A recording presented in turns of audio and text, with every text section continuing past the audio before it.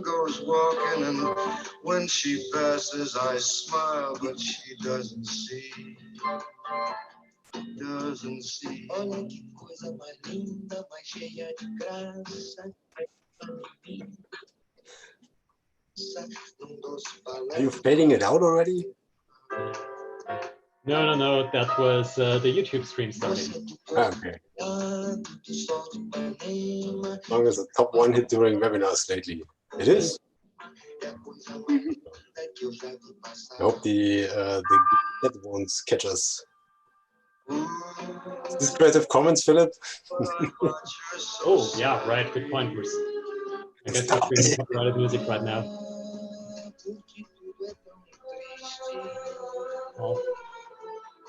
Yes, I would give my heart gladly. Maybe we just have to talk instead. Or someone of us has to learn singing. Yeah. Okay, cool. We have it's 5 minutes past 7:30. Time to start the show, I would say.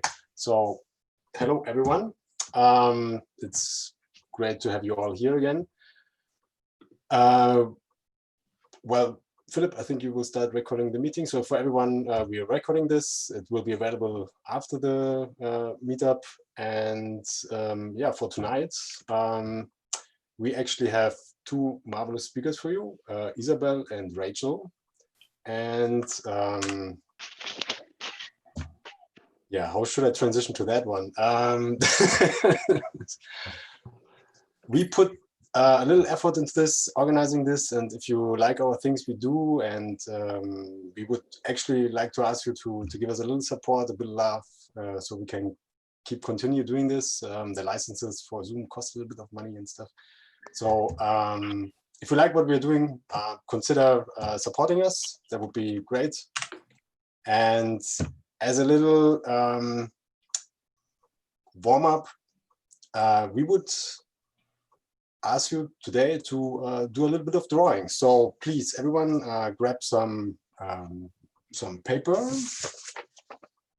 and a pen, and we will ask you to draw your favorite design method or tool on a piece of paper, and then we will put you all in breakout rooms, and you will let the other guys guess what you have drawing. So no words on the paper, just try to express the method with the best sketching you can. And how many minutes should we give everyone for that? I think. Well, 3 minutes should be fine. How about seeing that people are still trickling in? If we just do it in the main room? Yeah, that's actually cool. Yeah, so everyone can join. Yeah. And just, Plus, people show it. So everyone, piece of paper looks like this. I need to get a pen, Henning. A pen is a. But you have kids; they should have pens. I know. I mean, I have this pen, but I need like a Sharpie or something because it's easier to read.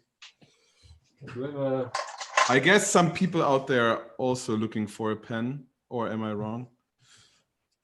Heading. Okay. Everyone, take a few seconds to draw this. Actually, I prepared this very well here. See, well, you don't have to show what you're actually doing.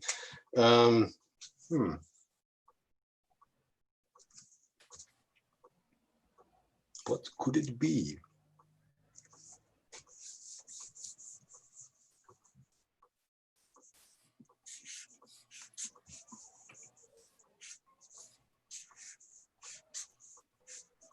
Should we already show, or? No, I'm just explaining the exercise by example. Just keep it to yourself for now. And then in a few seconds, when everyone is done, we'll let some people show what they have. I'm not even sure if I'm doing this right.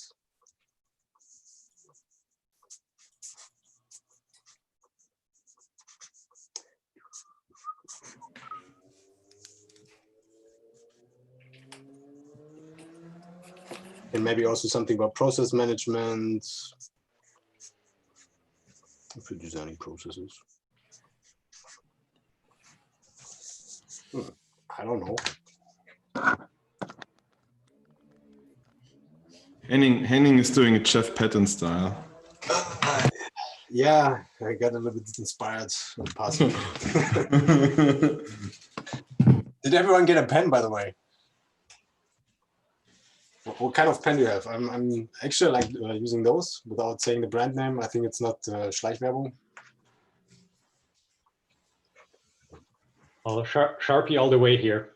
Mostly because the fumes make me more creative, I think. That's the best side effect of those.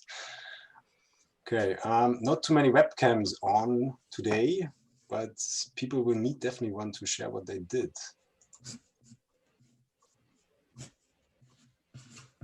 Okay. By the way, that's a clever way to get people switching on. No. Constantly struggling in all the meetings and all the trainings I give. Thank you. May I use this warm up? You can license it. Okay, let's do so. Yeah. Oh, sure. This is sharing the knowledge. Sharing is caring. So please do so. Okay. Does everyone feel comfortable with what they have? I see some nodding. Wait. Okay. All right. Thomas, just one method, please. Well, maybe it's complex. Okay. Oh, speaking of complex. You want to draw a complex design method? You're welcome. I still have this one left here from. I mean, you see. That one conference. Looks like product feedback. That's complex. Wow, that's even pretty well done, actually. Maybe I should also introduce a few people. Let's see. Yeah. Or maybe a son. I'm going to add a son here because you should not write what it is, right? It's just a sketch. No, just and then people should no writing. No, and then it's like a charade or something, like people should guess what it is. Yeah, exactly. Yeah. Okay. What could it be? I think Thomas is. Can I? Can everyone see what Thomas did? Can't see it. It's people. Looks like a sprint to me. It's people. Okay, let's get Thomas one. Then we go to Marjoline. Sorry if I'm pronouncing those names not correctly. So Thomas, you have. It's okay. It's a group activity. It's time limited, and it goes in circles. Yay! You're good. What could it be? What could it be? Oh God, I don't know anyone? what the name of this activity is. Say what? I know the activity, but I don't know the official name of it. The brand name, if you will. The brand name. The classic brand name sprint. What? It's I don't know. I actually have to find it. There's no name for it. It's a combination of brainwriting and like brainwriting 365, I guess is the name of the method, combined with speed sketching. How about you call it the TG circle or something like that? Yeah, let's call it the Thomas circle. It's kind of like it goes into the direction of Crazy 8, but it's not you filling out each part of the Crazy 8. You fill out one paper, pass it on to the next one after 2 minutes, and they build up on your idea. So it's a little twist to the Crazy 8. I personally like it more. When do you use it usually? If you want to get a lot of fresh ideas around, could be an UI, could be a product idea, and then just like say, hey, I need 5 people, and we iterate on some solutions for 10 minutes, and then go on. Okay, cool. How do you call it? That's actually a good point. I should brand it. It's a mix of brainwriting 365. It's the methodology where like 3 people create 6 sketches in 5 minutes or something. I don't know, 3 minutes. So this 365, It kind of like describes the methodology. Cool. Thanks, Thomas. I like these twists that enhance existing. Sorry, I'm wrong. 635 brainwriting. Just post it in the chat for everyone to. Yes, I will do that. And I saw that Mayoline, sorry if I'm pronouncing it wrongly, you were showing us something. Yeah, it's my favorite. It's the base of everything.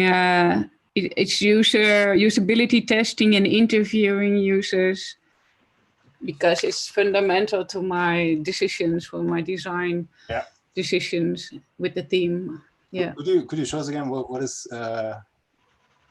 Yeah, this is like a tablet usability test. Okay. It looked a bit like cursing in the first place, but it's not okay. Did you had a usability test on iPad app lately or something? Yeah, on tablets in production plants, for example, for production lines. Was one of my latest projects. Also, yeah, mobile and desktop. But this one is the most interesting because it's not so usual setup. Okay, cool. Anyone else who wants to share something with us? I think Benno is still drawing. I'm ready. Christina has something for us. Okay.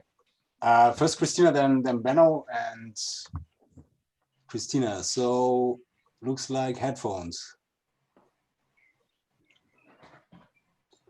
The design method of shutting out the world. I'm trying to right now, but my husband's talking, so it's loud. No, music. Okay. Because it gives you focus to design and. But I'm gonna stay muted because he's loud. He's in a meeting. Thank you. Nice. So Benno in Thanks, darkness. Christina. Okay, so I have an answer for. I like the music thing. This is actually what I do as well. And I have different kinds of music for different kinds of moods I want to get into, like getting things, just doing stuff or becoming creative or whatever. So favorite tool is pen and paper. And method is that one. I redrew it. It starts on the outsides and stepwise it gets to the inner, to the center. Do you want to guess? Yes. Starts on the outside and gets to the center. Yeah, in steps. Buy-in. No. It's always the same amount of people. So it starts with the ones and single ones in the circles outside, and then they move towards the center. So it's 8 people in this case in total, just in different combinations. Shall I reveal the secret? Yes, and I'm also not the only one who's guessing, I hope. Okay, another way, because the first crazy. The first one I drew was that one, which is a different version of it. Sorry. It is 1, 2, 4, all, or in this case, 8 people sing in single, then in pairs, then in groups of 4, and then all together. Can be COVID. Huh? Design methods. I said COVID. No, I'm joking. No, it's 1, 2 for all. It's there's a set of lightweight tools that are really easy to implement with nearly everybody, and they are called liberating structures. And it's about 30 something tools, and this is my favorite one. It's at minimum you need 8 people because you have to have pairs and you have to have groups of 4, but you can easily scale it up to even way more people. one problem, one idea. Everybody has 1 minute individually to think about it and write down his ideas. Then 2 minutes where people meet as pairs and exchange about it. And then 4 minutes, 2 pairs meet. So single persons, pairs, 4 persons. And after 4 minutes, these groups of 4 share it amongst all. And this is a very powerful tool, 1, 2 for all, because you automatically build on the ideas of other and evolve the things. And there's a twist to it. Another tool in this liberating structures is called TRIZ, T-R-I-Z. It's an abbreviation of a Russian longer word. It starts with Teoria, whatever. This is using this 1, 2 for all 3 times. The first time, the first round is, what can we do to make this problem even worse? Second round is, which of these ideas to make it worse actually exist in our company? And the third one is how to solve these hindrances that we discovered in our company. And this is called depreciative thinking the other way around, and it helps even to overcome like this tool helping people to switch on the camera. Oh, I don't have any ideas, but everybody has ideas how to not do something. And so you get the people on that way. 1, 2 for all, liberating structures, 3 times, and it's TRIZ. Can you repeat? So you said, pardon? You said, what can we do to make the problem worse? What exists in our company? Of these ideas.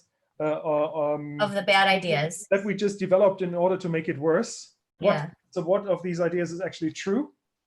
And the third one is, now we know what is hindering the thing that we actually want to improve. So what is hindering improvement? So to develop ideas to overcome these hindrances, these odds in our company, why something cannot be improved. So this is one way of using TRIZ. So it's just switching perspective in several ways in order to come to solutions. But you this can kind of is reminiscent of machine learning too, because the way machines are learning, sometimes you have to go back to what these, they're essentially finding these problems that you didn't know exist because all of a sudden they find these other ways around how to do something. Yeah, it's changing perspective and then finding the solution through thinking that way. Yes, exactly. Cool. I see there are already some links being posted about the liberating structures methodologies in the chat. Exactly. Maybe, I know if you also have some input for us, would be great. And I think, yeah, we can actually switch over to Isabelle. Right now, Isabelle is not on camera right now. Is anyone else wants to share what he did as a design method? Oh, Isabelle is back. Are you ready? Yeah, I'm ready. Yeah, cool. Then let's do this. What can I tell about Isabelle? She's a product manager at Klarna right now, as far as I know and heard. Before that, you were a service interaction designer at Fjord Accenture. Exactly. And you're passionate about UX, data, and storytelling. Exactly. Very much. Okay, cool. So, yeah. And I was supposed to do the whole introduction of everyone. So we have tonight is Isabelle and Rachel. I will say some introducing words about Rachel later on after Isabelle's talk. So please try to capture the presentation, Isabelle, and take us away. Cool. Thank you so much, Henning. Hey, everyone. As Henning already mentioned, I'm Isabelle. Let me share my screen first. So hope this is in presentation mode. So I was going to share a little bit about my learnings and the way that me and my team, I would say, have established a process around how we have evolved and pushed our KPIs and became more data-driven as a as a unit for the product that we were building. So yeah, I'm gonna take it from there.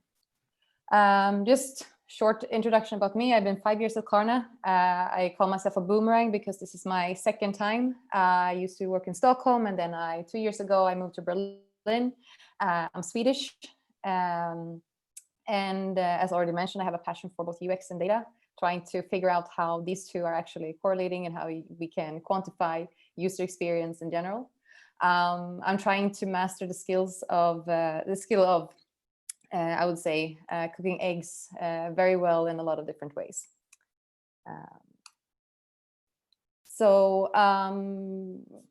As I already mentioned, I'm a product manager, and I have up until recently managed a product called Insights that we offered to our merchants that are essentially selling with Klarna. It was a self-service analytics tool, hence also my passion for data came in both with the user experience and the problem space. Today I will be covering quickly KPIs versus OKRs. I know that this is a heated topic around in the product world. How I've structured and challenged the KPIs that I originally set and how it kind of evolved over time, and then how me and my team went to a more data-driven approach with our everyday work with our KPIs. So this came up because I actually did this presentation internally at Klarna just around KPIs in general. And one question that came up was actually like, what is the difference between KPIs and OKRs? Not sure if everyone is familiar with this, so I'll quickly go through what these are. So we have OKRs, which stands for objectives and key results. And then we have key performance indicators. Essentially, I look at OKRs like as a compass and a destination that we're heading towards. They're usually very motivational, strategic, might be more scoped, specific. There's a target, and they can be very aggressive to just create this motivation for teams. While I see KPIs as more of a temperature check, looking at these day to day or week by week, depending on what the goal is that you're striving for. We're looking at a process, what happens around us, what brings us forward, looking more at a quantitative perspective, of course. And I think that the progress of this is also slower to see a difference over time. Then why am I talking about KPIs and not OKRs in this talk? As I said, I would see OKRs more being a short-term measure and structure to apply for strategic initiatives. It usually has a very significant objective. So when you've reached this objective, where would you go beyond? As opposed to the KPI is more for long-term evaluating growth or optimization over time, and helps kind of like guide you towards reaching your vision with success. So I'm gonna take it back a little bit. As I mentioned before, I have a UX background, working more within service design and interaction design. And as a designer, I usually worked more with principles and softer values, like how something should feel, or if it should be, we'll talk more about usability, which could be in a lot of different ways. How usable is this product? And I found it kind of hard to, going into product management, to really grasp my head around KPIs in general. So setting up this and starting with my product, I set up a few KPIs that I reviewed every time with my managers and leadership on a monthly basis. And after a while, like just looking at these numbers of number of users that we were tracking, or page views, or the session times, and things that I understood I should probably track this in order to validate the success. So for me, it was like, I have my KPIs and metrics in place, but I didn't know how to push it further to actually learn over time. So going back a little bit further, looking at what are we actually trying to achieve, I took it back to one specific lecture I had at school, where the presenter actually like gave more or less a very good format that I have ever since tried to get back to the KPIs. So everything starts with where we want to go.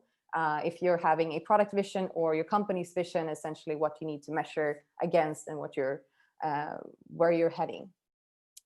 So with the goals, you have different KPIs. I wouldn't say more than 2 or 3 maximum.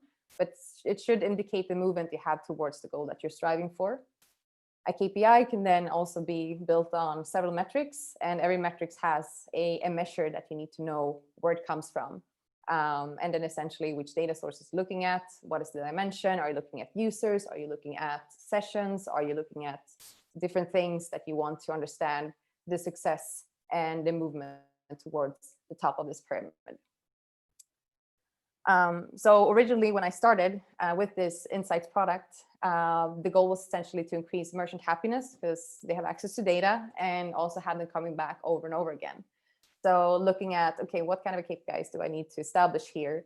I picked probably the more, I would say, general KPIs, looking at how products are built, like number of active users in the section.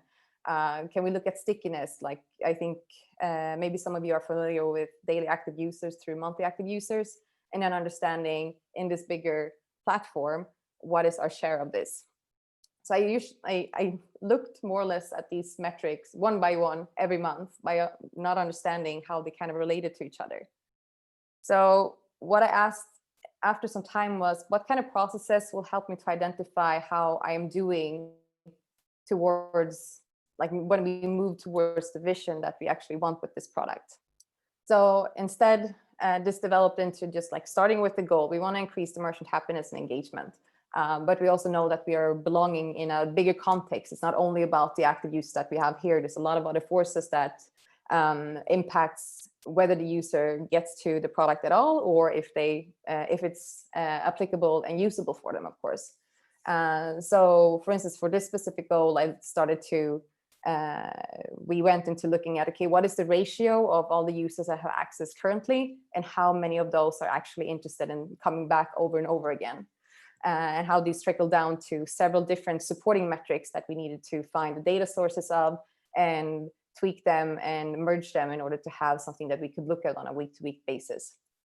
So yeah, this is, for me at least, something that I go back, if the goal shifts, how does that relate to, like, how does that relate to each other, both top and down, and where do I need to start digging for the data itself, what I need to measure, what are the dimensions I'm looking at, and how do I look at them separately, and then how can I track them by just looking at the KPI itself. I'm going to share a few things that help me to understand better what evolves around this business pyramid, and the fact that the goal can change and it can go different directions depending on what your product, what evolves around your product, and how different forces or happenings made at least me and my team more aware of that we needed to look at the data more granularly. So first of all, I would say that context really matters. Understanding what events that impacts your product and indirectly your users' behavior is not only the user itself. Of course, we look at the user interface, how it's used in terms of what pages are more relevant, which date ranges has been more attractive to the user, where are they clicking, could we track just the user journey in a way? But there's a lot of other things outside just the product that we started to consider in a way that helped us understand if the KPIs were really successful, or if there was other things that wouldn't necessarily have to do with the product. So I would say my learning is that data is quite important itself. And if you don't understand the things around on this road that you have towards your business goal, it's like driving in the dark with the lights off. So looking at this graph, there is a significant growth over time with a big dip, and then it catches up back again. But I think we could say in general, there is a slight exponential growth on an average. But this could be anything. This could be my sales during a day, or it could be the CPU usage for my service. But we don't know if it is on a weekly basis, is it a month, is it a year? Like, what are we actually looking at? It's actually the unique users we had per calendar week. So we started for this period over 3 months at 600 users. We moved pretty rapidly over the span of 2 weeks to a new peak of almost 60-70% growth. And then we had a big dip. And there's a lot of things that brought in here that actually helps looking at both the growth, but also the decrease. So for instance, we had a new design going live, which essentially created better visibility and navigation for users. Before, our product were sitting below the fold on the homepage, which essentially was not what the user did see directly, which helped us understand, okay, like we're actually, the product is probably attractive, but we're just not visible enough to drive engagement to here. Then there were additional changes to the navigation, where we did some changes within the product that helped to drive more, to make it clear where the user was in the structure. But this was also the last week before Christmas. So not only did we look within the product, it's also what kind of things happens around it in terms of the persona that we are actually delivering this product to. But then, of course, Christmas happens, holiday seasons, and since the bulk of our users are people who go in for their business, and everyone takes holiday during this time, it's not really something that you use in your everyday life as a private person. It's something that they apply to their work. But then after some time, business kicks back again as everyone goes back to work after holiday, and then we essentially released a new feature that we believe was going to drive more engagement and users back into the interface. And so we saw slight growth, but we also poked our marketing department, said, hey, can you send a newsletter just to tell about this product and see if this actually has an effect? So some of these things are important to keep in mind, that both of the activities that you're driving, but also things that you might not even be aware that are affecting your product, and just question if you have bigger dips or peaks, where does this possibly come from, and kind of be curious about the context. So my tip is that annotate releases, your marketing efforts, and keep key events at hand when you're analyzing your KPIs.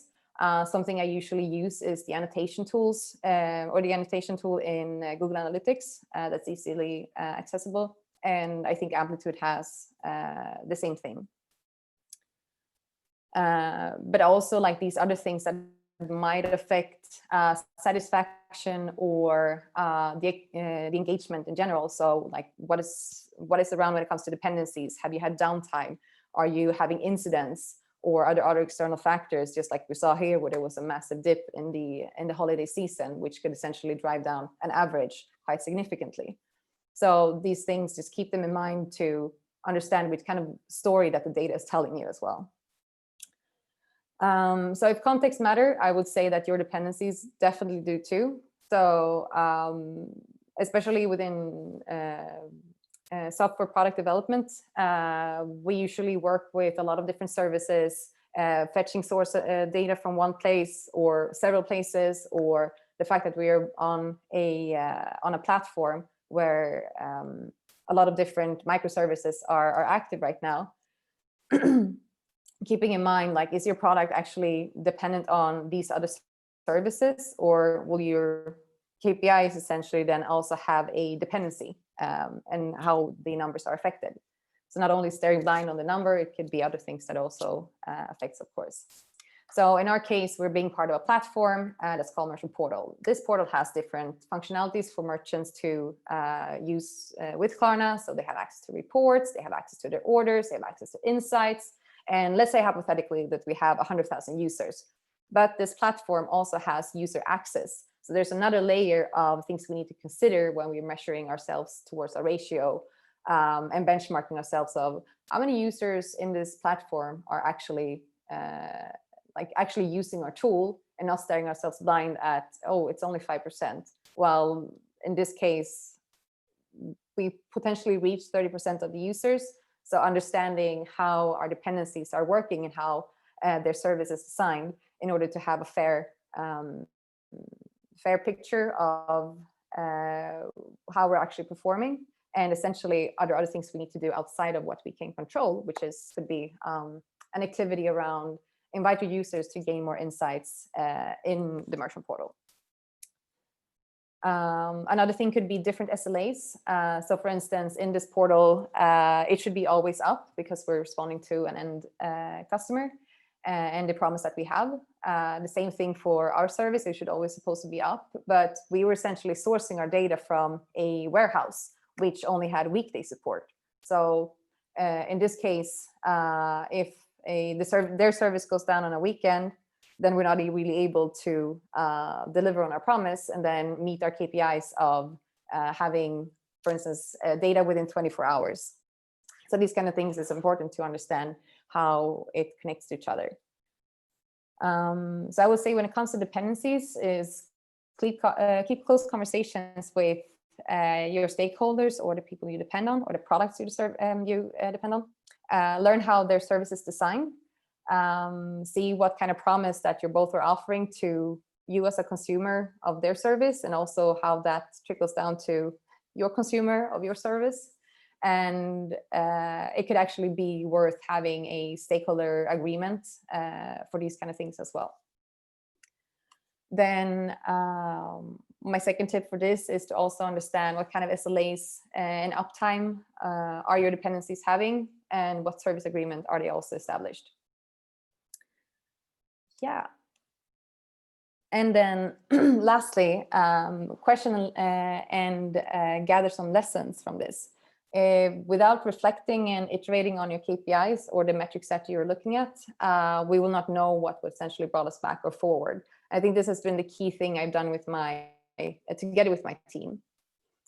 So we usually set KPIs in the beginning. And for me, I didn't really, as I mentioned before, I didn't really question or revisit them very often until I questioned why they felt so stagnated, or when I wanted to tell a richer story about why we all of a sudden had a 10% increase somewhere, where that actually came from, and if I could amplify that growth. So in the beginning, I share this question of which processes will help me to identify how I'm doing towards my vision, but then essentially after a while asking which processes do we need to change to improve our performance so we can reach our goal, essentially. So I work in a very engineering heavy team, and what helped me from being the product manager, looking a lot at the UX of the product, they had much more knowledge about how things were requested, how different types of data were built in the query that essentially showed the data to the merchant. And they knew much more about all the errors, everything that was service related. So we essentially sat down together on a monthly basis, reviewed the status quo of the KPIs, but also the supporting metrics. So looking at how much growth or decrease did we have? What could this be caused by? What are the supporting metrics? Can we also compare them against each other? We agreed on a few action points of either features we wanted to develop or corrections we want to do in our dashboards or other things we wanted to essentially track to learn more. Implemented this, and then the next month we went through our usual routine and also saw what kind of improvements did we see from the action points that we established.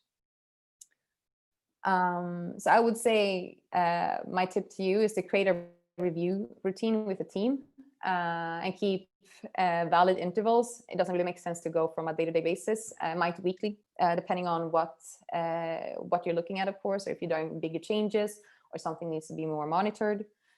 We did it monthly, and I would say compare intervals and keep these consistent, just to have to know how you're developing over time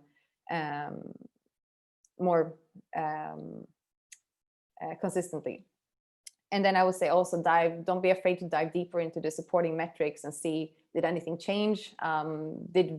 Was anything affected in terms of the supporting metrics as well? It's not only up to your KPIs where they can be affected by different things.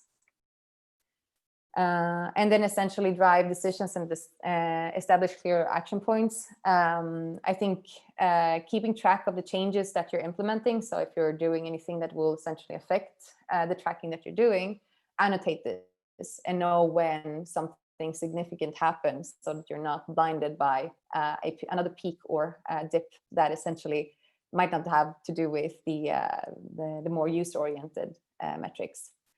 And always keep track of these for your reviews that you're doing. And then essentially, like when you have your KPIs, keep them easily attainable. You can have a lot of supporting metrics that you might want to look at from different perspectives, or when you want to dive deeper into a specific problem, just knowing where you have that data accessible. But the KPIs should really be what matters in your journey towards your product success. So wrapping this up, keep track of the events that are impacting your product and map them against your KPIs over time, every time you revisit them, because context do matter. And so does your dependencies. So get to know them, understand how their services are built, and essentially have a closer relationship to see if you either collaborate or where you support one or the other in order to develop together. And then by routine, analyze and dive deeper into your KPIs with your team, because I can tell you that made a huge difference for us when we pushed ourselves in improving from what we could learn from the numbers. Then I leave it for questions. Well, first of all, thank you, Isabelle, for this. I'm quite blown away. It's a great presentation. Thank you very much. Yeah, I saw that there were some questions in the audience. I think there was one by Florine, actually too. Florine? Actually, a lot, yeah. Yeah. Okay. Thomas. Florine too, yeah. I can take over if you want. Yeah. Thank you. So first question would be, do you have regular review sessions? I mean, you with cross-function teams or within internal stakeholders to check the KPIs? Do you have like a KPI meeting cycles with different kind of people in your org?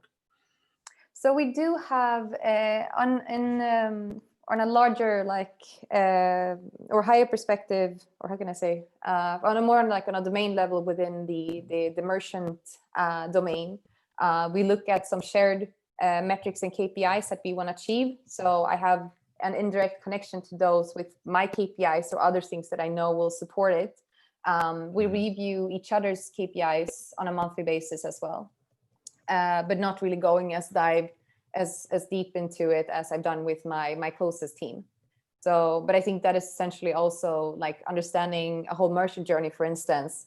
That would be the next step to kind of develop that further by understanding and having shared KPIs, or just, okay, I know that there's something that we might look at on a quarterly level, which everyone just keeps their eye on as well.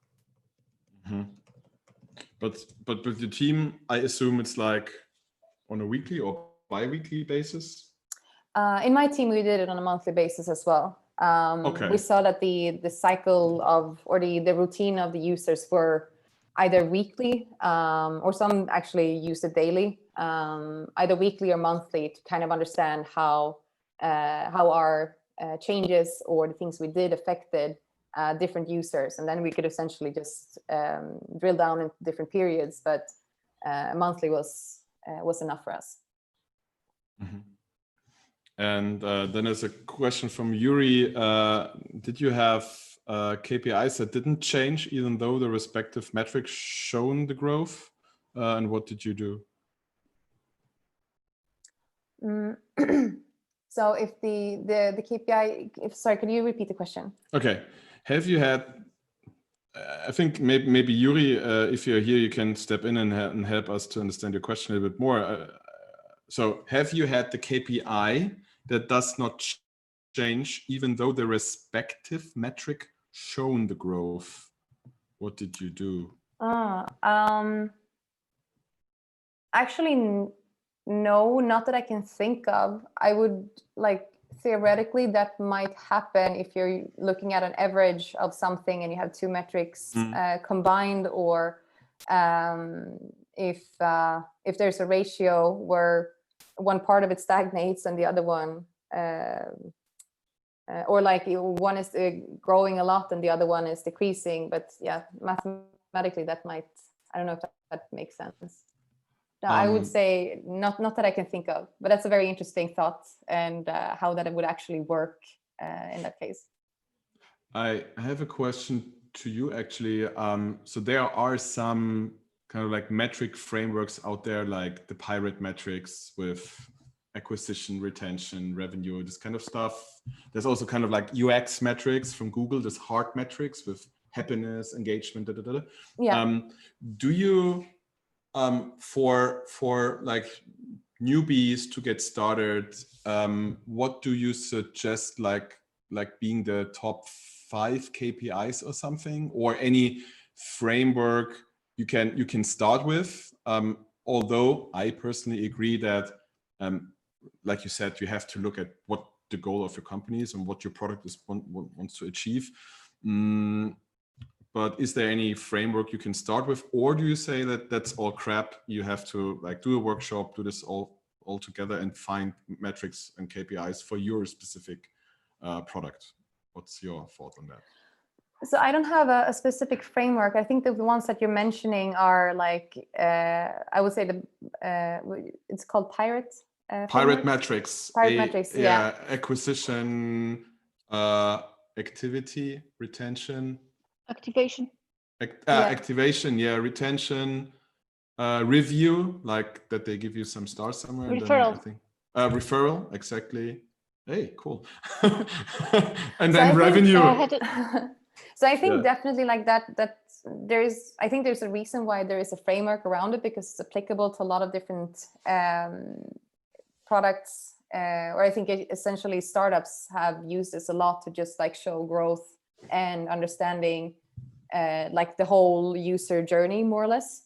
And kind of the attractiveness of the product. So I think it's good to start there. But essentially, as time goes by, if you can go back and question, like, does this really make sense for us? I think, especially when it comes to retention, looking at, for instance, the daily active users through the monthly active users it doesn't really represent the real picture unless you know how many times a unique user is actually coming back, because right now it might be that you have the average of your daily active users is very like, I think that metric can be very unbalanced if you don't know the behind factors, because you're essentially taking an average and dividing it by a total, but it doesn't really say like, it gives you an understanding maybe of the retention. But I think it's even more important to then see, okay, can we be even more specific with by looking at how big portion of these users are actually coming back daily, really, or is it more on a weekly basis? Like, dive deeper into the metric after a while if you see that it goes in a certain way, and be critical about it. I think in terms of heart, it's definitely good because it gives you more of a qualitative feeling of how your product is perceived, not so much like the pirate one. So I think it's good. It's just like, in the end, what makes sense when it comes to your goal, like what do you want to achieve? So I would definitely say good start, but also be critical after a while, and then don't look at too many KPIs as well. That's a good point, actually. What are enough KPIs? From my own experience, I have seen product people measuring only one KPI, like, for example, churn, and that was the main thing, or a net promoter score, and that's the main thing. And then I also saw people like having this huge dashboard at the wall with, I don't know, 15 different things they're tracking. And I was like, okay, so many numbers. What is the most important for? Yeah, they're all important. Okay. So what is your, is there like a good rule of thumb for you? Like, for example, at OKRs, I think they say 3 to 5 objectives, not more. Yeah. Is this similar for you, for how you would treat metrics, or is it like free for everyone to pick? I mean, as I mentioned before, I think when it comes to KPIs, like the things that you can look at on a day-to-day basis or weekly basis that essentially helps you to understand where you're going, should be maybe 1 or 2 per goal. But then you can have a lot of supporting metrics. And I think keeping that as in not really the truth of where you're heading, but more as in like a curiosity level of, okay, we actually had an increase of 5% from last week to this week. which actual supporting metrics can I see that this growth might contribute from? You see what I mean? So, and like you can have a lot of supporting metrics, but if you have too many KPIs, then what are you actually assessing your success for? So that's where I at least try to keep it very small. But then with time and also going into reviews, trying to learn where the growth or the decrease comes from, and have like knowing where you have all your supporting metrics. I think we had essentially 3 different dashboards, one for the UX or the UI and the UX, one for our backend service and all the requests we got regarding the data, and then our operational dashboards. And that, I mean, how many metrics I was looking at then? It's like up at 50 that we had access to. But just knowing how they supported the KPIs, I think, is the importance. Interesting. Actually, we had a very interesting, I think one of our longest threads in our Slack community, by the way. Henning, if you can post a link to our Slack community. Now, what I want to say is that one product manager said all companies or many companies are crazy about measuring activity and like time spent in your app. And in best case, your users come like every day and use it as long as possible. And he was questioning if this should always be the main goal. It then went into the direction of like ethical metrics and ethical design. What is your stance about this focus on activity and time spent in app? Oh, wow. It really depends on what the product is supposed to do for the user. So in here, if the activity is, let's imagine that we are like Medium, for instance. I go every day and read during my morning. Sometimes I read 1 article, sometimes I read 5 articles. So then I'm an active user according to their activity metric, and but I can fluctuate when it comes to engagement. But then, so that's one part, but then is there another goal for me as a user to achieve that essentially makes the product successful? So, yeah. I think it's good to look at and see how that goes over time. I would also say one other thought I had now is also like the fact that segmenting is also really important when it comes to activity, because essentially looking at types of users, start to do segments for either how active they are or understanding where users are coming from could be the next step. So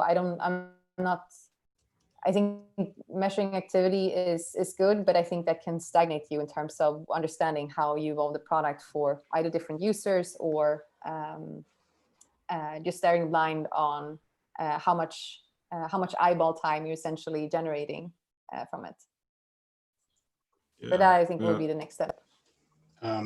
There's a question from Philip here, who's wondering what kind of North Star metric are you using and how do you pursue those? I mean, are you having a North Star metric at all, actually? And yeah, how do you keep track of those? Or Philip, if you think that's a bad summary of your question, please just unmute yourself and go ahead with asking.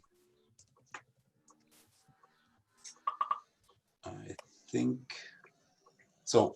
Yeah, do you have a North Star metric, and how do you keep track of that, if you have one? Good question. I have not had a North Star metric. If I think about the goal, which is kind of broad, that we had, of course, like I would reframe maybe the goal to be more ambitious, as in we should be the most attractive product in this platform. Let's just take an example. And that would essentially, for us, be to look at the ratio, just as we did now, to see can we achieve 100% access for users, and can we also make it attractive enough for them to come back every day. So I think that's where the goal and the KPI needs to relate to each other, and the goal can of course be very aggressive. But knowing then maybe how you assess it. yeah, I'm not sure if I have a better answer on that question. Well, I just hope that satisfies Philip's curiosity. I would also close our Q&A session here at this point and well, hop over to Rachel. I'm going to take back the presentation. So thank you again, Isabelle, for great talk and for the very extensive, sorry, not excessive, Q&A.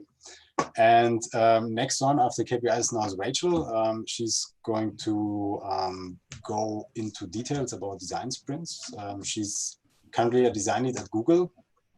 She has led there over 20 design sprints with different startups, NGOs, and in Google itself. And well, she promised us to demystify the origins of those sprints, which lie apparently in music, games, and agencies like IDEO. I hope I summed this up correctly. So, that was great. Thank you. All right, cool. Please go ahead. I'm taking it away. Okay, so hopefully at this point everyone's seeing my screen. Please shout if you don't. And Thomas and Henning, I might ask you for a little assistance before I really jump into things. Sure. Yes. Because I would love to hear from folks just in the chat, or if you're brave and you want to speak out, that's also great. To speak a little bit about, you know, why you're here or what your experience with design sprints or other activities like that are. So just put in, you know, lots of experience, no experience, or if you have something specific you want to hear about, just drop that in now. I'll give everyone a moment. And while you're doing that, I'll do a quick contextualizing about myself. Henning, you've already said it all, no problem, that's great. So yes, that's me. Hello, I'm Rachel. As you said, I'm a UX designer at Google. I've been there for almost 7 years now. It's quite some time. And I worked on the Chrome team, and I'm currently working on the search team, specifically looking at how to develop better experiences for users in emerging markets. So that's kind of what I'm up to. And yeah, I do a lot of things to try to understand users better and to develop products that work for them. And one tool in the toolkit is the design sprint, or I actually really see it as a big selection of workshops and methods that are useful for a number of different things. So yeah, Henning and Thomas, any notes in the chat there? Any radio time? Not middle experience. I have run a couple of design sprints, participated in a few more. Little bit of experience, no experience, some experience. Have run 10 sprints so far. Trying to get up. Yeah. Okay, I mean, that's very helpful. I think can you also see what's trickling what's trickling in? I cannot. Chat? That's why I asked. Yes. Aye. Have a bit of experience, build small consumer fintech, some experience, very scared about the wrong applications I witnessed many times. Just have theoretical knowledge. I'm a design sprint master. Okay, cool. Junior UX designer, but did a bootcamp that focused on sprints. I personally attended a design sprint session with Jake Knapp, if anyone cares. Yeah, so yeah, I just see like a broad range of zero experience to design sprint masters, actually. That's very helpful. Thank you so much, Thomas. Yeah. I think that's you. Yes, good. I can't see anyone's face. All right, so that's very helpful. So it gives me a sense just where everyone's at and what kind of things will be useful. So I'll try to touch on all of those things today. I'm conscious we have a pretty short time, so I'm gonna take you through my talk, do my best to kind of cover all the bases, and then we'll have some questions. And then afterwards, there's a short activity where you can try a sprint activity if you haven't done it before, and you want to give it a go. Maybe prepare for the correct application. Okay, so one other thing I want to mention as I dig into things, obviously a talk about design sprints in the current state of the world is quite an interesting one. I think maybe people who are used to doing design sprints haven't had the chance to try doing them remotely, or other kinds of workshop activities remotely. Maybe you have, so maybe there are opportunities as well for you to chat about that, to share your insights. So I'm going to try every time I share something about a sprint or an activity to also mention, how do we go about doing this remotely? How does that work? Are there any pitfalls to be aware of? Okay, so very briefly, I do want to talk a little bit about these two lenses. So one is jamming for fun, and sort of what I see as sort of the origins, or at least sort of the starting point for this type of collaborative creative activity. And then I'm going to talk about for-profit, which is, how we use design sprints and other workshop structures in the context of our actual work. That's basically it. So yeah, so the first part here, the for fun, so jams, make-a-thons, and so on. What are these? Where do they come from? All of that. So I think what's important here is that all of these structures, whether it's a design jam, a make-a-thon, a hackathon, whatever other names you've heard, they're really all this pretty similar process. I'm a little remiss. I'm in London today, and we're living in London right now, and I'm not showing the double diamond, but there are a lot of different ways of drawing this diagram, right? Starting with developing an understanding of the people, the technology, and the business, the framing of the problem itself, exploring the problem more in depth. So that might include brainstorming and prototyping, and doing more to sort of look at different solutions and how those solutions work for people. And then the last phase, the development phase, actually building something, getting it into the hands of users. And I think most important, looping back, and obviously once the thing is in the hands of people, then you learn a lot about what it is that you've built and how it works. So this is a cyclic process. Okay, so the original jam, I think Juan is actually in the call today. I might have seen him earlier. This is a photo of our band that we had in Munich. It was a jam band with 2 ukuleles, and the reason I bring this up, I think it's really the idea of this like jamming or collaborative sprinting, I think in my mind really comes from music, right? It comes from this idea of sort of listening to what someone else is saying, learning something from them, and then kind of figuring out what you can add that's going to provide value or make something beautiful. So that's sort of my take on things. Another source that I want to mention here, and it's actually something that in addition to having your own band, you can all participate in. These are some images from the Global Game Jam. The Global Game Jam is a yearly international event. It's usually held in February, or at the beginning of February. And basically how it works is you show up, there's a big group of people, and everyone kind of makes teams. You have a briefing or sort of this inspirational starting point, and then you have 48 hours to build a game, a computer game or a digital game of some kind, sometimes a board game for some teams. And what's really cool about it is, again, you sort of are starting from this arbitrary set of restrictions or this framing. And again, you kind of are all building on each other's ideas to sort of get somewhere. And you don't really know where you're going to end up, but the process of collaborating is what creates that endpoint. So I think that's sort of the starting point for all of these social types of jams. So maybe you've participated in a make-a-thon or an evening event or a weekend event where you have some kind of framing, and these might be more professional and more serious, or maybe more playful and fun, and they might kind of play more on the creative aspect of things and the ability to sort of generate ideas more broadly, or they might play more on sort of the concrete restrictions. They might play more on the technical, but again, it's all about the same approach, the sort of collaborative creative process. Okay, so specifically I want to at this point introduce, well, what is actually a design sprint? So a design sprint, there's a specific term that was coined by, or at least has been written about by the Google Ventures team. That's this idea of an event where a multidisciplinary team moves through the creative process to address a very specific problem in a very set period of time. So if you're following their process, it's 5 days. There are a lot of different sort of, owned processes from all the different, design agencies, and many companies all have their own kind of sort of specific process that they use. And there's a lot of overlap, but I think it's really interesting to kind of dig into the differences, because a lot of them have iterated very thoughtfully about, how they're going to approach it. And I'll speak today to sort of the design, the Google Ventures sprint process, as well as the process inside of Google, which is actually a bit different than that process as well. So yeah, design sprints at Google. And this is where I'm going to kind of dig into the meat of things a little bit more.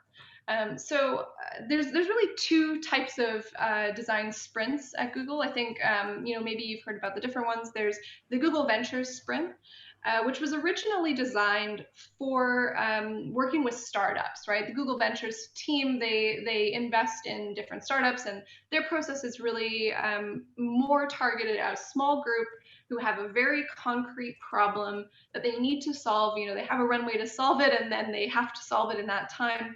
It's very, very precise. There's also the version of that process which has been commodified across Google by Nadia Dierkova, who took that process and tried to make it more flexible, I would say. I think it's really, it works well if you want to have a small group of people. It also works well for, big teams that are trying to gain consensus around something. There's more flexibility to it. And I think it's important to kind of be intentional about how you want to use your design sprint, and even more importantly, in my mind, to communicate very intentionally about how you want to use any, whether it's a design sprint or workshop or start, pause, continue, any group activity. I think it's very, very important to just be intentional about, what we're going to do and what we hope to achieve.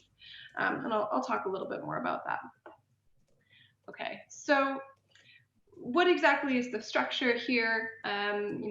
What should it look like? Well, again, it's very similar to sort of the image I showed earlier, which I actually think is from IDEO, or maybe Frog.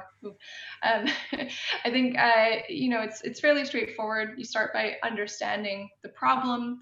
I'll dig a little bit into how to approach this, but basically you want to understand the problem from sort of all the different angles, not just from a design perspective, obviously, but from a business perspective, from any user research that you have conducted or need to conduct during the event, the market space, the technical opportunities and challenges, all of that you need to kind of get into that section of this sprint. So then you move on to defining the problem. You want to kind of map the main user flows and understand sort of where you're targeting your solutions. Are you designing a holistic thing? Are you focusing on a very specific set of problems? And what problem exactly are you going to solve in the sprint? I think that framing is really critical. And again, I'll talk a bit more about that. So then, of course, the diverge and decide. You want to define and brainstorm around that challenge, and in decide you want to kind of focus in. So this is really the meat where you're starting to sketch solutions. You're starting to go broad, and then when you decide, it's about saying, well, here are the pieces that we really need to learn about, right? We need to test these pieces to answer the questions we've identified in the first phase. That's really critical, and I think that part sometimes doesn't get clearly articulated enough. That in the first section, you identify, here are the problems we need to solve. Here are the questions we need to answer. And then in that final phase, you're answering them, right? You're testing to try to answer those research questions. So in the middle, you need to think, well, here are our questions. What is it that we're going to test to answer those questions, right? So that's really that phase. And then the last phase, I think it's, again, you're building a prototype, the minimum viable product that's going to let you answer those questions, and then the validation phase. So to me, it's really, really important in any design sprint that there is actually a user testing component. I personally prefer to have it, be on the last day of the sprint and to pull in a few people to come to a few sessions and have a very structured way of evaluating those sessions. But you can also do it, the following week, run those sessions, pull in a video, put together a video of different clips. There's a lot of ways you can make sure that your team is really engaged with those findings and really, actually picks them up and it iterates using those findings. I think that's the really critical thing. And of course, you want to do a final presentation where you evangelize the work that you've done so people really come to understand it and really come to engage with it more meaningfully. So that's the structure. I'm going to talk about each of these sections a little bit more detail. So the understand section, there's a lot of different ways you can approach this to kind of get what you need to get. It depends a lot on how big your group is. I think that's quite important. Who's in the room and how are they going to be to work with. So I personally, if it's a smaller group, if you can just have in the room the people who are actually working on the solution, I think that's the ideal, really. You're going to be able to make decisions quickly. You're going to have more time and more breathing room to make those, to come up with those ideas and to make those choices. So in that case, where you're a small group, I think it works well to do what the Google Ventures team does. They allocate time on the first day to bring in experts on each of these things. So, who's the expert on the business? Well, maybe the CEO is the right person to speak to that, right? Who's the expert on the technical challenges and opportunities? Well, the technical lead is the right person. Their marketing lead can speak to the competitive landscape. Your head of user research can speak to sort of all of the work that they've conducted and what they've learned. What isn't on here, what should be on here, is the whoever the customer representatives are. So whether that means you have a phone bank answering, giving user support, having the person who leads that team or having a representative of that team speak in that in your event. And in particular, I actually prefer to have talks be very, very short. So maybe a 5-minute talk at most, and then actually more important, having the team ask them questions and come to slowly understand things. I think that's the best way to have everyone really percolate, like really gather that information, because it's not just about getting that information, but actually more importantly, it's about getting everyone kind of to information parity, right? Everyone in the room knows all the same information and can kind of think in a shared way during the event. So yeah, that's the understand statement or understand section. If you have a larger group, if you can't keep the room under 10 people, if it starts to go over that number, then you want to do this work ahead of time. So you can still have presentations, but they're prepared presentations. They're a set period of time, 10 to 15 minutes. You have breaks in between. One thing to remember for these events is that people are people, which sounds like a really nonsense statement, but I've been to many events where, the team can't allocate the amount of time that's needed and tries to cram everything in, tries to trim everything down, get in all the steps, just make them shorter. But that just doesn't result in good ideas. It creates a lot of stress, and stress doesn't make people, thoughtful and creative. It makes people stressed out. And there are a few moments where it's nice to have a little excitement, right? I think a crazy eights is great to kind of get everyone moving. But when it comes to kind of making those shared important decisions, you really need the space to do it. So for example, when you're doing the understand presentations, you need to leave breaks. So there's a limit to how long people can pay attention. I usually find it's a maximum of an hour if they're just listening to talks. So you've got to give them a break after an hour, and at least a 15-minute break, I think is great. And I try to, if it's not talks, if it's activity, I try to make it 90 minutes and then a break, 90 minutes and then a break. That's really important to kind of keep the energy up in the room. Okay, I think that covers everything here. Oh, the last note. In framing the challenge statement. So that's something, again, if you're a small group, you should do it in the room that day, allocate up to an hour for talking about, why are we here? What problem do we need to solve? And come with a draft, right? So that people can talk about it, and write it up on the board and edit it, all of that. Now, if you're a big group, again, you've got to do that ahead of time. So, you meet with all of the different stakeholders, you have a draft design sprint plan with your statement of, here's what we're going to try to solve in the event, and then you run it by all of them and collect their feedback and refine it. That's the only way to do it in the same way if you're a room of 20 people, in my opinion. Okay, so how do you do this if there's a global pandemic on? You can do it as video calls with the experts. I actually think this works pretty well. One thing that's hard though is, when you're doing these kinds of interviewing sessions, you want to be able to kind of collect all of the questions, collect everything that you're learning. A thing that's hard is, if you want to do a how might we wall or try to collect all of those sources of inspiration and insight, obviously that's a little harder to do in this environment. And I'm going to talk about this a bit more in a moment, but I think actually running your design sprint remotely from a slide deck works really well.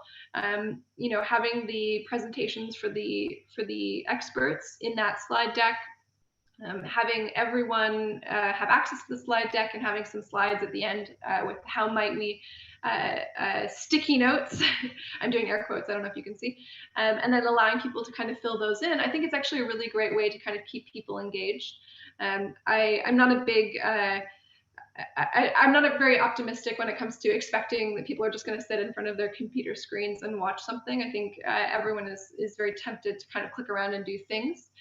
So instead, I think it's better to get them engaged with documenting. So, when I'm writing down notes or trying to think of the how might we that comes out of this talk, then I'm more engaged and I'm trying to pay attention to what's going on so that I can, have something useful to say.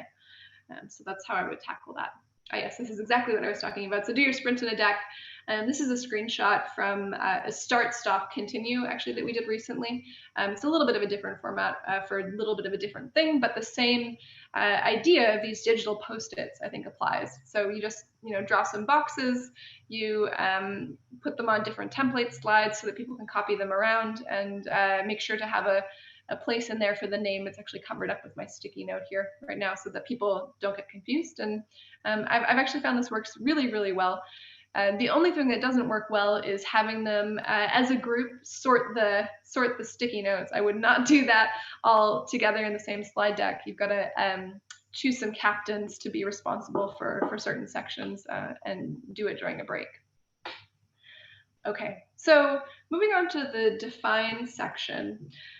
This is the section where we're starting to, really understand what it is we're going to tackle. So here, tools like journey mapping or storyboarding are really useful. Usually what I like to do in this phase is to just map the existing user journey. Whatever product it is you have, I just get out a big whiteboard and I draw the user journey, or at least the core user journey, the one that we're going to focus on for this event. And this is useful for a few reasons. You can use that map to pull out how might we's and stick them on. You can sort the how might we's on there. You can dot vote on the user journey, the areas that users, the participants in the sprint think are interesting or important to work on based on the expert interviews. It's a really powerful tool, because as soon as you start to map it like that and start to place on the how might we's or the dot voting dots, then you can hone in on a problem area right away and make decisions more quickly. The other thing that needs to be defined in this phase, I think, is the success criteria.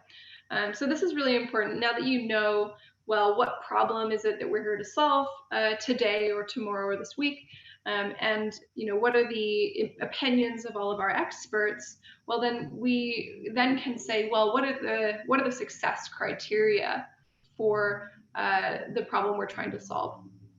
And that can be done if you're a small group. Do it as a discussion. I'll do like a brainwriting exercise. Everyone gets 5 minutes. Write down as many success criteria as you can. Choose your top 1 or 2, and then we put them all up, or we dot vote on them. you can also, again, do this ahead of time. If you're a big group, I think that makes a lot of sense. Usually what I'll do is I'll talk to the key people, the technical lead and the product manager, and the UX lead, or if I'm the UX lead, I'll add my 2 cents, and then we'll put those up on the board and give the group some time to discuss them. Usually there's just a little bit of tweaking that goes on, like, hey, well, we said it was this metric, but actually, this metric is a better reflection of what we're trying to get at. Or, oh, it's actually, you need to do a little bit more complex thinking to get to the real metric. It's X metric over Y metric. That's usually the kind of conversation that takes place there. And then again, if you're having to do this during a global pandemic, Miro and Figma are both great for many of these things. Actually, I wrote journey mapping, but you could do a whole design sprint in Figma if you wanted to do that. I think storyboarding, again, it's good to use Figma or Miro for this kind of thing. There's a lot of ways you could go about doing that, but I think they're useful tools, and obviously your whole team needs to have access to them, so the view-only license for Figma is useful. Okay, so thinking about diverging, this is the moment when you're starting to actually put ideas down on paper, and I think there's a lot here. I think first of all, this is the moment where this is kind of the make or break moment for any cross-functional team. I think often there's a lot of discomfort around drawing, which doesn't need to be so. I often put up something that comes from the Google Ventures team.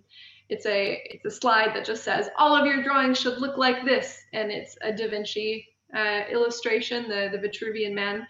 Just a beautiful illustration, and everyone goes and then laughs because it's a joke, obviously, and no one's drawing is going to look like that, and it doesn't need to. So I think that's really important to express in that space, and if you can use humor to do it, I think that can relax people a little bit, because it is important to draw here. That's one thing that's really critical. It comes back to this idea of making your ideas visible to the group, right? We're all in the same room, not because we all want to be in the same room, that's all nice, but we're in the same room because we need to make our ideas external and create a shared map of our thinking. And so when we do any kind of divergence work, like drawing crazy eights or solution sketches or anything that allows us to put our ideas on paper, it's really, really important that those are expressed visually because they're easier to consume quickly that way. So there are a lot of things here. So this includes tools like crazy eights and solution sketches. So basically, you can find a lot of like specific ways that you're supposed to do this. But I think, I've actually started to do crazy eights, but give everyone 20 minutes for crazy eights and allow them just a bit more time to kind of draw, these 8 sketches on those 8 squares. We're actually going to do this at the end of the day, but with 4 squares because it's the end of the day and we're all tired. But the thing is that, it is useful to kind of generate. But I also find that actually when it's lower stress, people are more relaxed. They come up with more ideas. They come up with more different ideas. That's just my take on it. Anyway, I feel like I'm rambling here. Let's come back to the point. So there's a couple of key things when it comes to doing these kind of divergence activities. The first thing is to draw specific ideas. So again, drawing matters, and making it visual also matters. The next is actually write real strings. So one thing I notice when people are drawing little wireframes on their paper is that they'll write in lorem ipsum, or they'll draw a squiggly line to represent text. But actually, when you're trying to solve concrete UI problems in particular, it's more important to get something realistic down, like a real string down, even if you're not really happy with it, because in this process, you're actually going to iterate on the strings as well. And that's actually really, really important because the high quality, like the string, it matters so much in terms of how you communicate, what you communicate. And so having the space and time to iterate on that as well with the team is really useful. Okay, I think that covers that. Again, if you're doing it remotely, I think the easiest way to deal with that is to draw it by hand as you normally would. I think that's still the fastest.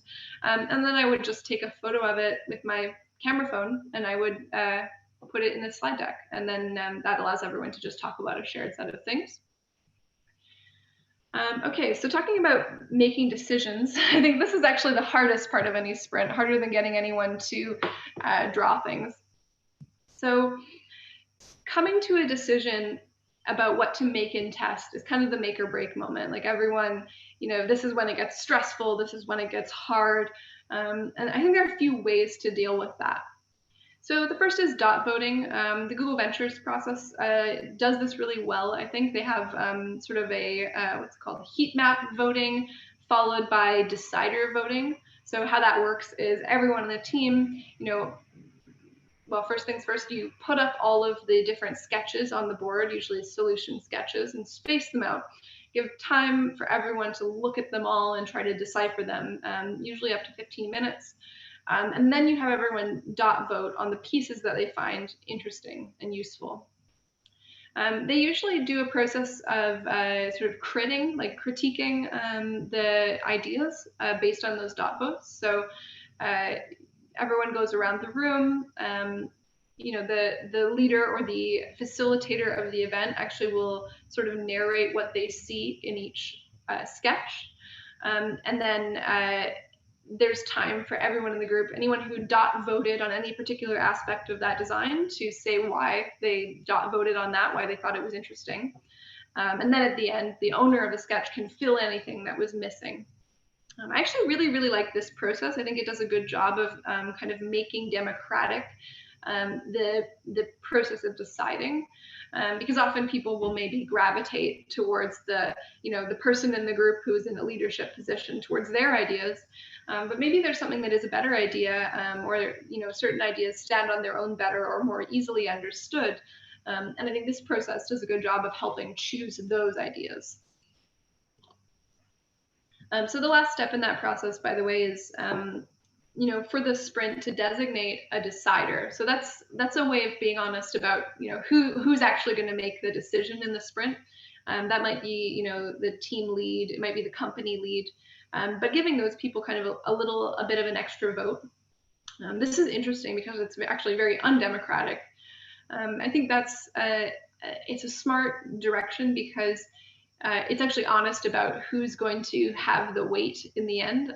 So you don't make a decision in the sprint that gets reverted afterwards because someone in a leadership position isn't really happy with it. So having gone through this process of doing the heat map dot voting, discussing the heat map dot voting, and then having a good picture of it, at that point your deciders can maybe take a vote. You might have both the deciders and the team have a final vote at that point, but you might give the deciders an extra vote, for example. And that's a way that you can kind of choose the pieces that are interesting to test.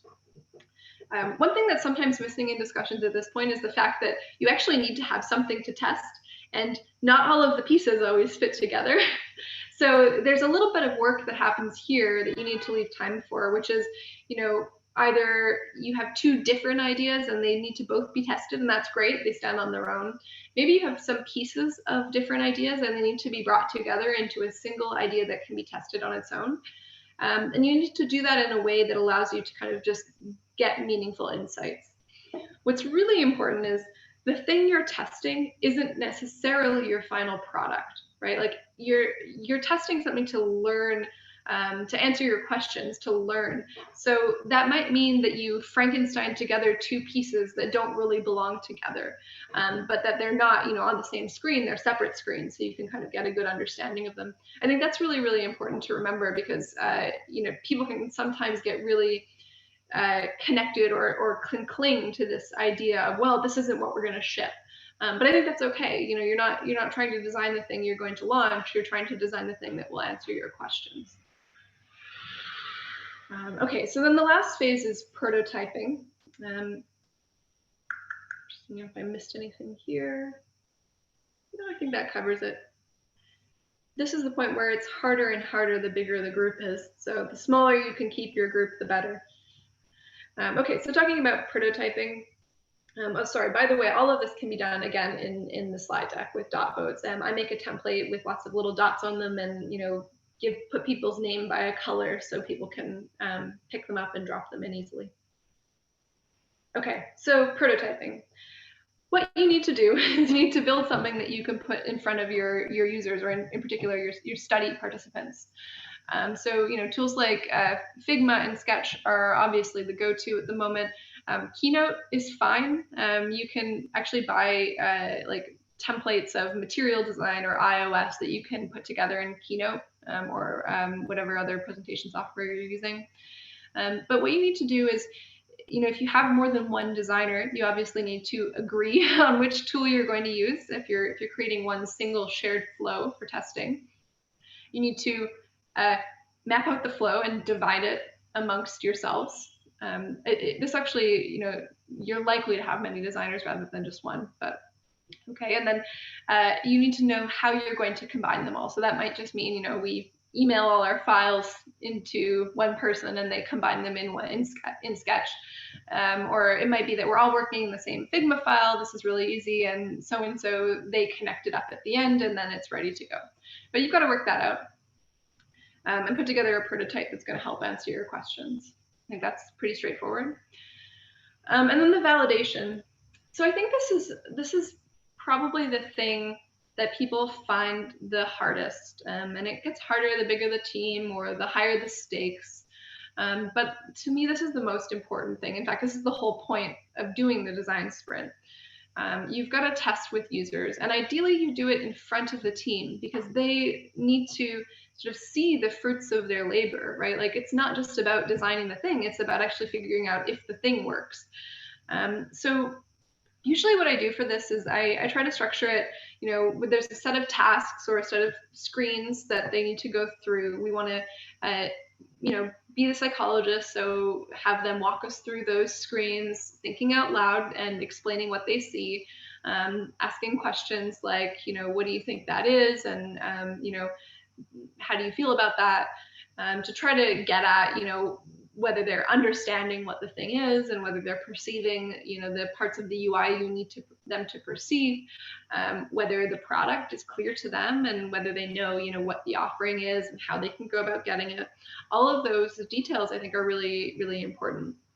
I think a friend of mine recently asked me, how do you go about analyzing this? You're going through these like probably 6 to 8 user testing sessions all in one day, sometimes with like a rotating cast of team members who are going to, pop in for one session and then pop out. So usually what I do is I create a grid on the board that defines each of the sections that we're going through. So maybe there's one screen.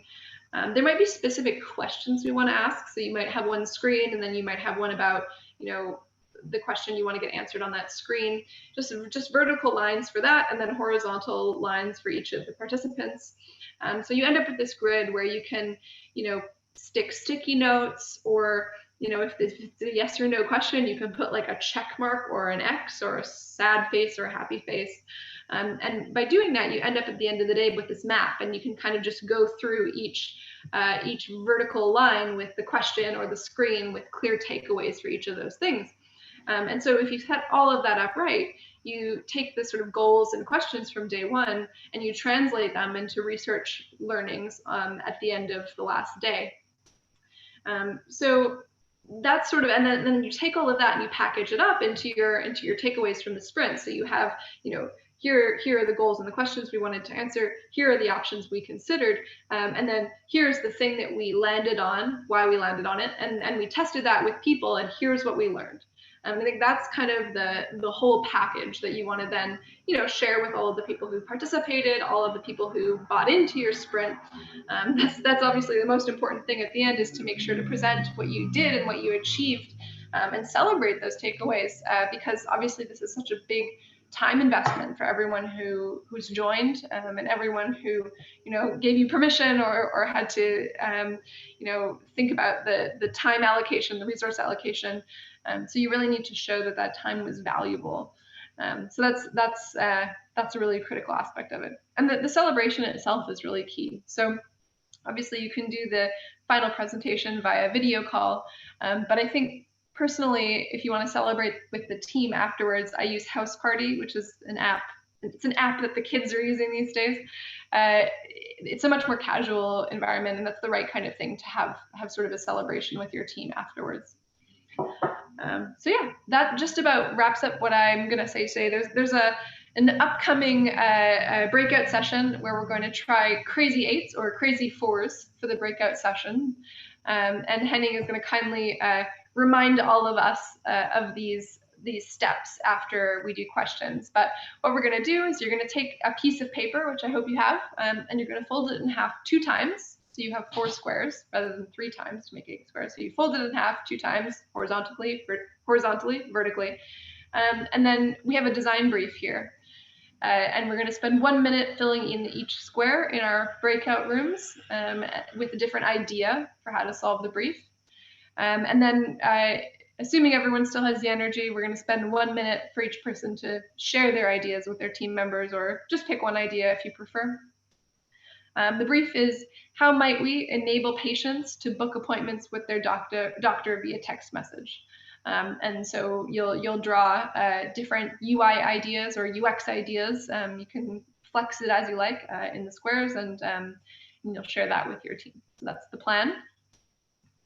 And then the last thing I want to say before I wrap up is, obviously I'm a big fan of the sprint book. I really think that the Google Ventures team has approached this very thoughtfully. They've really iterated on their approach, and it shows, in my opinion. And their book is really helpful. I have my own copy. I've probably bought 3 of them by now, and it's all dog-eared at this point. And then the other one to have a look at, obviously, in relation to the user research component, I think Steve Krug's Rocket Surgery Made Easy is a great guide, especially if you are trying to run user research but don't have experience or don't have anyone on your team who does that but still need to do it. He has all sorts of useful resources. There's a checklist and a demo script in here, so it's just a really light, easy read that will give you everything you want. Okay, so that's everything for me today. Thanks for taking your evening and listening. And if anyone has any questions, I'm happy to answer them. Thank you, Rachel. Yeah, let's do a quick Q&A, and then maybe a crazy 4. That sounds good. I'm going to unshare my screen here. Perfect. If I can figure out how. There we go. Good. So I think I collected a few questions from the chat. Well, I think there was one larger demand for a remote sprint session, which you might like to pick up on in the future. I haven't seen it. I will have a quick look now. Do that. Yeah. So what do you have here? Philip was actually the guy who requested it, and Thomas and me and a few other people joined in that request actually. So it would be cool if we could do that at some point. Wait, what is your request, Henning? Can you explain? Sorry, I can't find it in the chat here easily.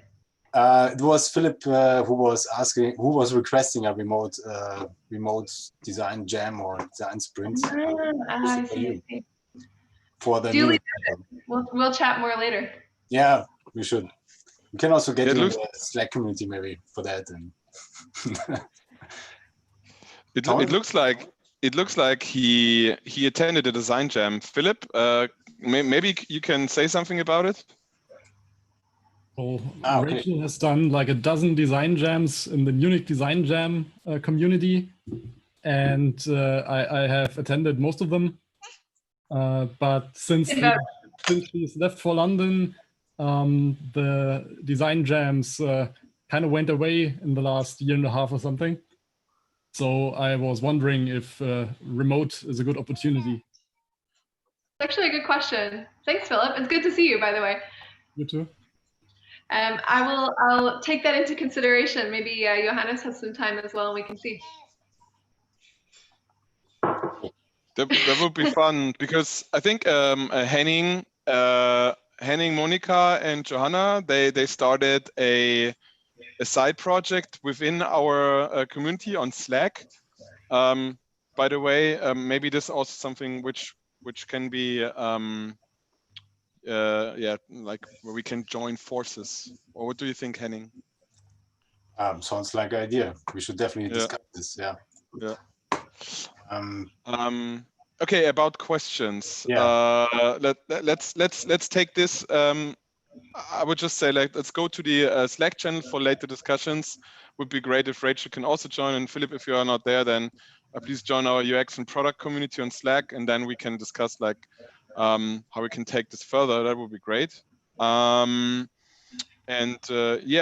any other questions so far? Yeah, I found a few in the chat. So there was, I'm not sure what the name, Edwina, I guess it is.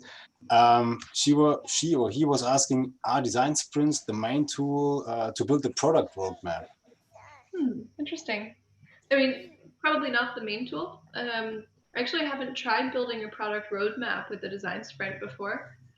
And they're not specifically structured for that, right? They're really more, I mean, depending on which type of sprint or workshop structure you're using, right? Like there are many different ones, and they are all a little bit different, and I think they're kind of optimized for specific things. So if you're talking about the Google Venture sprint, it's really optimized for, we have these questions, we need to have an answer at the end of the week. You're talking about the broader Google one, it's actually a little more flexible. It has kind of all of these different components that you can combine differently. It still follows the same framework of like diverge, converge, prototype, and test. But it's a little bit more, you know, there's a little bit of interchangeability that you can set it up more with, you know, team alignment in mind if that's what you want to do. Though I'm stodgy and I like to stick to, I want to build something, we're going to test the thing and build it. And there's other ways to do team alignment as well. Yeah, anyway, come back to the question. I think it would be interesting to try to build the product roadmap using some kind of like sprint workshop structure. I haven't thought deeply about that before. So if anyone has any insights or resources on that, I'd be curious. Cool. And there was another question from Hari. Rachel, you said about user testing in front of the team members involved. Won't that be a bit intimidating for the participants? Sorry, can you? I'm trying to read this at the same time, and that's not working well. I see, yeah. User testing in front of the team members involved. Yes, yeah. Maybe I didn't communicate that very well. Good question. So yeah, there's a couple of ways to do that. It doesn't mean that the whole team should be sitting in the room with the participant. Yes, I agree. That would definitely be intimidating. More likely, what you should do is, for example, you could do the user testing remotely. I've actually seen this done with the Google Ventures team. They have Michael Margalis, who's the researcher, who's actually based in Seattle, run a remote testing session with the participant, even if they're working from the New York office, for example. So that means like having that person call into some kind of screen sharing setup, so they can use the prototype either by sharing it with them and getting their impressions on it, or what have you. And that means that the team can then watch the video feed of the session. You might also, if you're at a company, some companies also have like a user testing lab where you can kind of sit on the other side of the glass. If you have that, that's also nice. I actually personally prefer the remote method because you can actually see things a lot better, unless you have a very fancy setup, and even then I think it's so at best. So yeah. Cool. Praveen was asking, design sprints are famous for an over-reliance on doing and testing. Shouldn't a phase of extensive user research precede a design sprint? And additional one, if no, how are we ensuring that we are solving the right problems?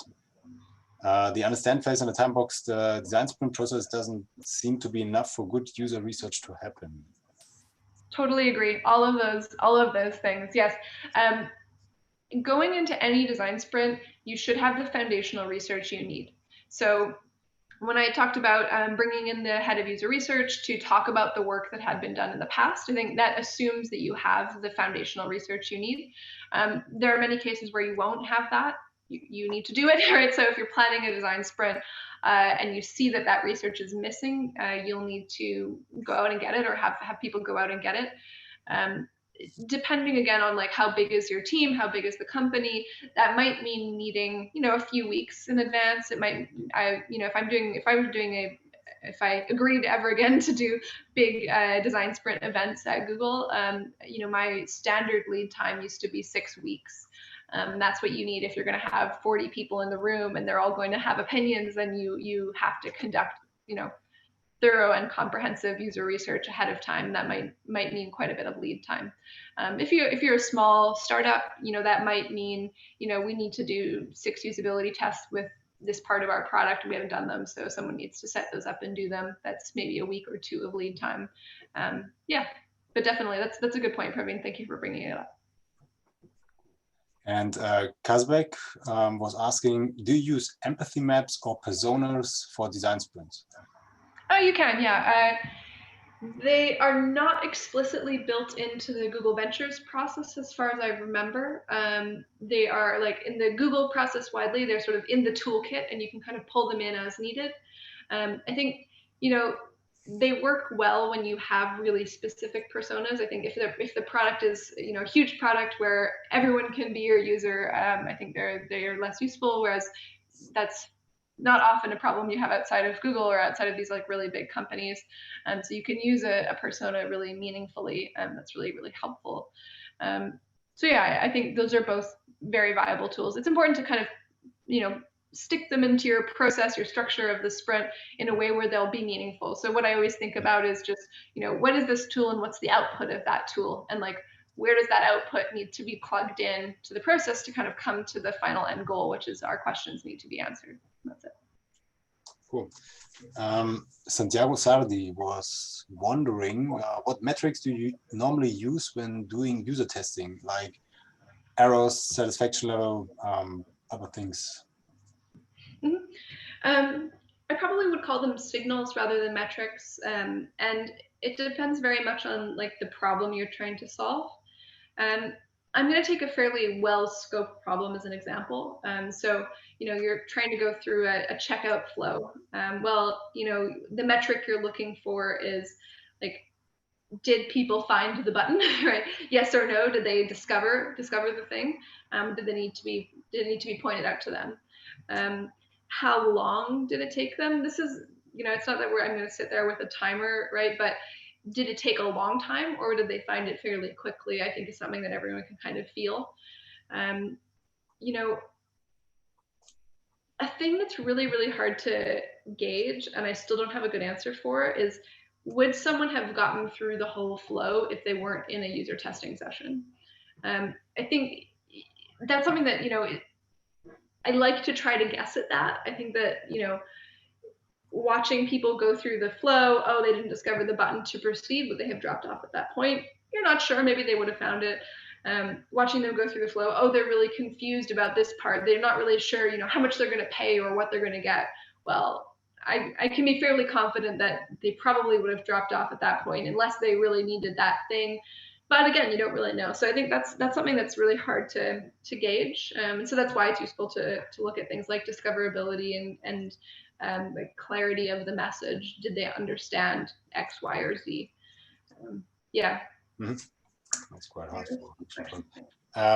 Philip was asking, is there any material about the non-Google Ventures Google Sprint online? I think the answer is yes, but I might have to get back to you. Okay.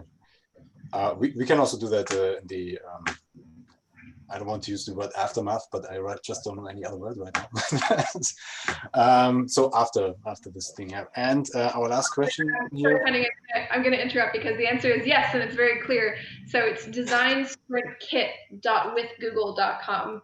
That's the Google, the broader Google system, whereas Design Sprint Kit branded GV are the Google Ventures process. Okay, maybe someone can post that in the chat. And well, Praveen is wondering if time frame is kept aside. Is a design sprint any different from a typical UCD process? Hold on, look at oh yeah, sorry. Time frame is kept aside.